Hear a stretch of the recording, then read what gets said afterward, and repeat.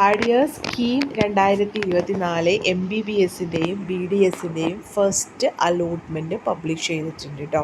അപ്പോൾ നിങ്ങളുടെ പ്രൊഫൈലിൽ നിങ്ങൾക്ക് ഈ ഒരു അലോട്ട്മെൻ്റ് ഉണ്ടോ എന്നുള്ളത് അറിയാനായിട്ട് സാധിക്കും.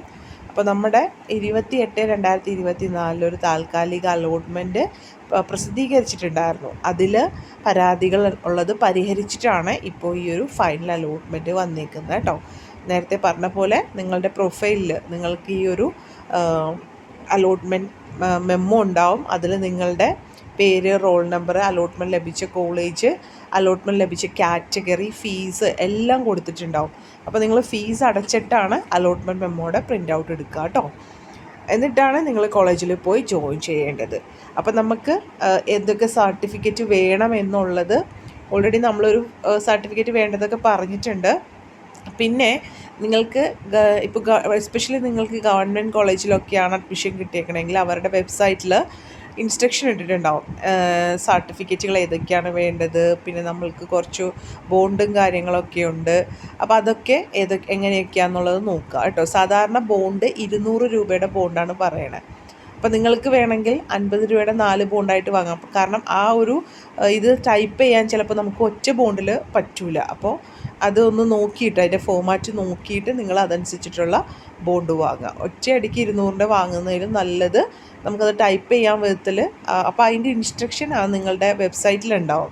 അപ്പോൾ അതൊക്കെ നോക്കിയിട്ട് തന്നെ ആ രീതിയിൽ വാങ്ങുക കേട്ടോ. അതുപോലെ നമുക്ക് അലോട്ട്മെൻറ്റ് മെമ്മോ വേണം എന്ന് പറഞ്ഞു. അതുപോലെ തന്നെ ഡേറ്റ ഷീറ്റ്, അത് ആ ഒരു ഡേറ്റ ഷീറ്റ് ഇമ്പോർട്ടൻ്റ് ആണ്. കഴിഞ്ഞ വീഡിയോയിൽ നമ്മൾ പറഞ്ഞു അതൊക്കെ കോപ്പി എടുത്ത് വെക്കണം. അതുപോലെ തന്നെ ഇനി നിങ്ങൾ മാറുന്നില്ല ഈ കോളേജിൽ നിന്ന് ഈ ഒരു ഈ അലോട്ട്മെൻറ്റ് മെമ്മോയുടെ 2-3 കോപ്പി എടുത്ത് വെക്കുക കേട്ടോ. പിന്നെ നിങ്ങളുടെ സർട്ടിഫിക്കറ്റിൻ്റെ എല്ലാം തന്നെ കോപ്പി എടുത്ത് വച്ചേക്കണം. പിന്നെ ഞാൻ പറഞ്ഞല്ലോ, നിങ്ങൾ ആ വെബ്സൈറ്റിൽ നോക്കുക. അവർ ചിലപ്പോൾ ചില കോപ്പീസ് ഗസറ്റഡ് ഓഫീസറെ കൊണ്ട് സൈൻ ചെയ്യിക്കണം എന്ന് പറഞ്ഞിട്ടുണ്ടെങ്കിൽ അങ്ങനെ കോപ്പികൾ ഗസറ്റഡ് ഓഫീസറെ കൊണ്ട് സൈൻ ചെയ്യിക്കുക. ചില കോളേജ് ചിലപ്പോൾ സെൽഫ് അറ്റസ്റ്റഡ് എന്നായിരിക്കും പറഞ്ഞേക്കണം. ചിലവർ അറ്റസ്റ്റിൻ്റെ കാര്യം പറഞ്ഞിട്ടുണ്ടാവില്ല. അപ്പോൾ എങ്ങനെയാണോ അവരുടെ വെബ്സൈറ്റിൽ മെൻഷൻ ചെയ്തേക്കുന്നത് ആ ഒരു രീതിയിൽ നിങ്ങൾ ഈ പറയുന്ന പോലെ സർട്ടിഫിക്കറ്റൊക്കെ ഹാജരാക്കുക കേട്ടോ. ഇനി നിങ്ങൾ അലോട്ട്മെൻറ്റ് ലഭിച്ച കുട്ടികൾ അലോട്ട്മെൻറ്റ് മെമ്മോയിൽ കാണിച്ചേക്കണ ആ ഒരു എമൗണ്ട് എൻട്രൻസ് കമ്മീഷൻ്റെ പേരിൽ അടക്കാം. അത് നിങ്ങൾക്ക് ഓൺലൈനായിട്ട് അടക്കാം, അല്ലെങ്കിൽ ഹെഡ് പോസ്റ്റ് ഓഫീസ് വഴി ചെല്ലാൻ വഴി അടക്കാം കേട്ടോ.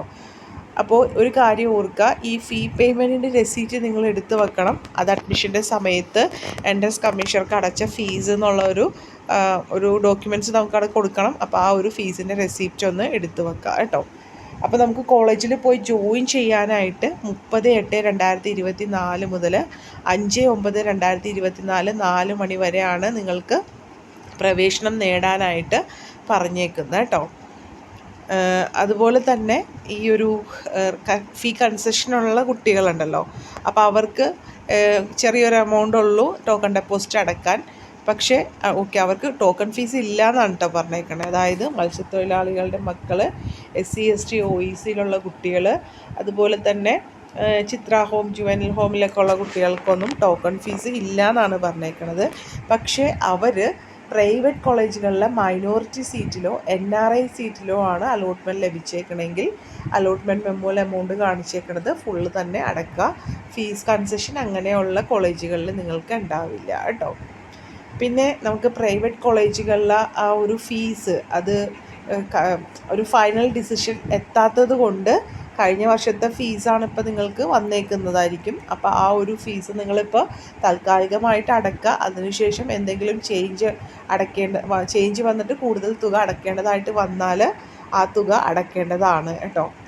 അതുപോലെ തന്നെ പ്രൈവറ്റ് മെഡിക്കൽ, ഡെൻ്റൽ കോളേജുകളിൽ MBBS BDS കോഴ്സിലേക്ക് NRI കോട്ടയിൽ അലോട്ട്മെൻറ്റ് ലഭിച്ചിട്ടുള്ളവർ വിസയുടെ കാലാവധി സംബന്ധിച്ച് സ്പോൺസറിൽ നിന്നുള്ള സാക്ഷ്യപത്രം സമർപ്പിച്ചിട്ടുള്ള വിദ്യാർത്ഥികൾ പ്രവേശന പരീക്ഷ കമ്മീഷണർ തീരുമാനിക്കുന്ന MBBS BDS 3ാം ഘട്ട അലോട്ട്മെൻറ്റിൻ്റെ ഓപ്ഷൻ സമർപ്പണത്തിൻ്റെ തീയതി അവസാനിക്കുന്നതിന് മുമ്പായിട്ട് അവരുടെ ആ ഒരു കാലാവധിയുള്ള വിസ അല്ലെങ്കിൽ അതിനെ അപേക്ഷിച്ചേക്കണ അത് അപേക്ഷിച്ച് കഴിയുമ്പോൾ ഒരു അക്നോളജ്മെൻറ്റ് കിട്ടുമല്ലോ, അതോ ഓൺലൈനായിട്ട് അപ്ലോഡ് ചെയ്ത് ന്യൂനത പരിഹരിക്കേണ്ടതാണ് കേട്ടോ. അല്ലെങ്കിൽ അവരുടെ അഡ്മിഷൻ ചിലപ്പോൾ ക്യാൻസലായി പോകാനുള്ള സാധ്യതയുണ്ട്. പിന്നെ സെക്കൻഡ് അലോട്ട്മെൻറ്റ് അതിനോടനുബന്ധിച്ചുള്ള വിജ്ഞാപനം പിന്നീട് ഉണ്ടാവുന്നതാണ്. അപ്പോൾ നേരത്തെ നമ്മൾ കഴിഞ്ഞ വീഡിയോയിൽ പറഞ്ഞ പോലെ സെക്കൻഡ് അലോട്ട്മെൻറ്റിന് മുമ്പായിട്ട് നിങ്ങൾക്ക് വേണമെന്നുണ്ടെങ്കിൽ, സെക്കൻഡ് അലോട്ട്മെൻറ്റിൽ നിങ്ങൾ പരിഗണിക്കണമെന്നുണ്ടെങ്കിൽ ഓപ്ഷൻ കൺഫർമേഷൻ നിർബന്ധമായിട്ട് ചെയ്യണം. അതുപോലെ തന്നെ ആ ടൈമിൽ നമുക്ക് ഓപ്ഷൻസ് വേണമെങ്കിൽ ഒന്ന് റീഅറേഞ്ച് ചെയ്ത് വെക്കാനോ ആവശ്യമില്ലാത്ത എഡിറ്റ് ചെയ്യാനോ ഒക്കെ സാധിക്കും.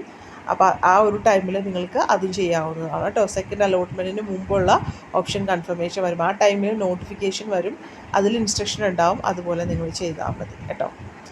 ഒരു കാര്യം ശ്രദ്ധിക്കുക, ഇപ്പോൾ അലോട്ട്മെൻറ്റ് കിട്ടിയവർ നമ്മൾ എൻട്രൻസ് കമ്മീഷണർക്ക് അടക്കാനുള്ള ഫീസ് അടച്ച് അതുപോലെ തന്നെ കോളേജിൽ ജോയിൻ ചെയ്തില്ലെങ്കിൽ നിങ്ങളുടെ ഹയർ ഓപ്ഷൻസ് എല്ലാം ഡിലീറ്റ് ആയിട്ട് പോകും. പിന്നെ നിങ്ങൾക്ക് ഈ പറയുന്ന കണ്ടിന്യൂസ് ആയിട്ടുള്ള 1, 2, 3 എന്ന് പറയുന്ന അലോട്ട്മെൻറ്റിൽ നിങ്ങൾക്ക് പിന്നെ അലോട്ട്മെൻറ്റുകളൊന്നും ഉണ്ടാവില്ല. അപ്പോൾ അലോട്ട്മെൻറ്റ് കിട്ടിയവർ എൻട്രൻസ് കമ്മീഷണർക്ക് ഫീസ് അടച്ച് അതത് കോളേജിൽ പോയി അഡ്മിഷൻ എടുക്കുക കേട്ടോ.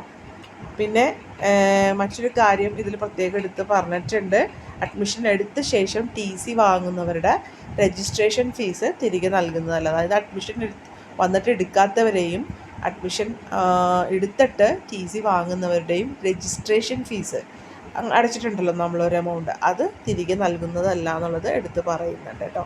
അപ്പോൾ ഇതാണ് MBBSൻ്റെ ഫസ്റ്റ് അലോട്ട്മെൻറ്റിനോടനുബന്ധിച്ചുള്ള നോട്ടിഫിക്കേഷൻ. കറക്റ്റായിട്ട് എല്ലാ കാര്യങ്ങളും ചെയ്യാം കേട്ടോ. Take care, stay best. Thank you.